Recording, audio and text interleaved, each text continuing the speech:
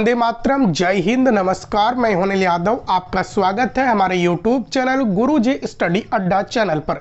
मित्रों, आज के वीडियो में हम लोग अध्ययन करेंगे औपचारिक शिक्षा किसे कहते हैं, अनौपचारिक शिक्षा किसे कहते हैं, औपचारिक शिक्षा और अनौपचारिक शिक्षा के बीच की कड़ी है निरौपचारिक शिक्षा किसे कहते हैं, इन तीनों के बीच क्या अंतर है, क्या विशेषताएं हैं, इसके बारे में इस वीडियो में विस्तार से अध्ययन करेंगे। क्योंकि मित्रों, यहाँ से आपके exam BEd semester, DElEd semester और यूपी टेट सीटेट में हर बार क्वेश्चन जरूर पूछे जाते हैं।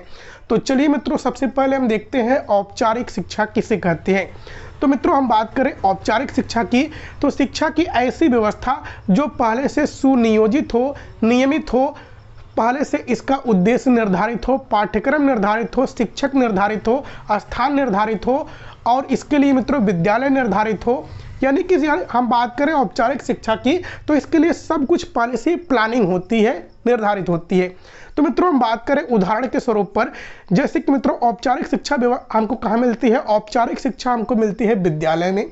विद्यालय में शिक्षक निर्धारित होते हैं, विद्यालय में पाठ्यक्रम निर्धारित होती है और जो औपचारिक शिक्षा होती है विद्यालय में चहर दीवारी के अंदर दी जाती है।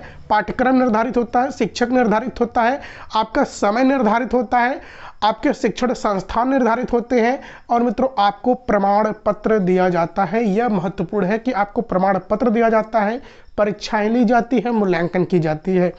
यह विशेषताएं हैं किसकी, औपचारिक शिक्षा की।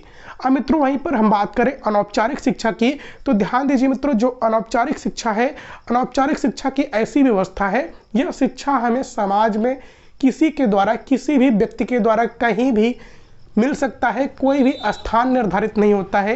यह शिक्षा हमें कहीं भी मिलती है और यह शिक्षा हमें जीवन पर्यंत तक चलती है।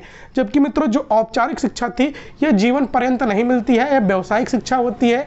आपका काम हो जाने पर, यानी कि उद्देश्य पूरा हो जाने पर, आपका जो समय निर्धारित होता है, शिक्षण संस्थान से प्रमाण पत्र मिल जाने पर आप उस शिक्षा व्यवस्था से हट जाते हैं। लेकिन मित्रों जो अनौपचारिक शिक्षा होती है, समाज के द्वारा मिलती है, किसी भी व्यक्ति के द्वारा मिलती है, माता पिता के द्वारा मिलती है, मित्रों के द्वारा मिलती है, यानी कि कहीं से भी प्राप्त होती है। अब मित्रों आप सोच रहे होंगे कैसे, जैसे कि मित्रों बच्चा जब छोटा होता है तो यहीं से उसकी अनौपचारिक शिक्षा शुरू होती है, माता की गोद से। वह बटन लगाना, कपड़े पहनना घर से ही सीखता है और अधिकतर नैतिकता, चारित्रिक का विकास कहाँ से होता है, घर से ही होता है। छोटे बच्चे होते हैं उनको अधिकतर अच्छे रास्ते जो होते हैं, गलत कार्य कर रहे होते हैं तो उनको कौन टोक कर सिखाता है, घर परिवार के माता पिता सिखाते हैं। समाज में बाहर निकलने पर जब वह मित्रों से मिलता है, चाहे वह खेल के मैदान में हो, नहीं ऐसे खेलना है, बॉल ऐसे पकड़ना है, यह सब भी एक शिक्षा का एक साधन है।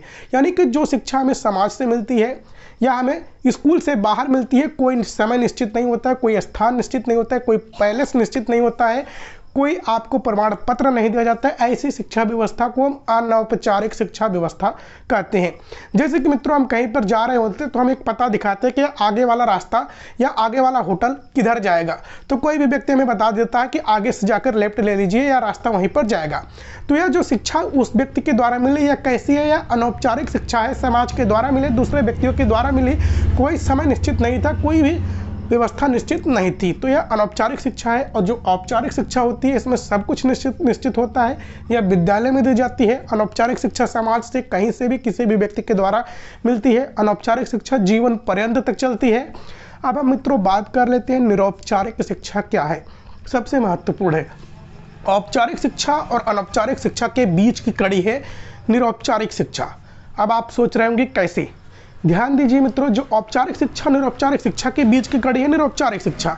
लेकिन मित्रों जो निरौपचारिक शिक्षा होती है इसमें कुछ समय निश्चित होते हैं, कुछ समय निश्चित नहीं होती हैं। कभी कभी इसका काम चलता है, कभी कभी इसका काम नहीं चलता है। आपको जाने के लिए बाध्यता भी नहीं रहती है, समय कभी निश्चित होता है, कभी नहीं निश्चित होता है।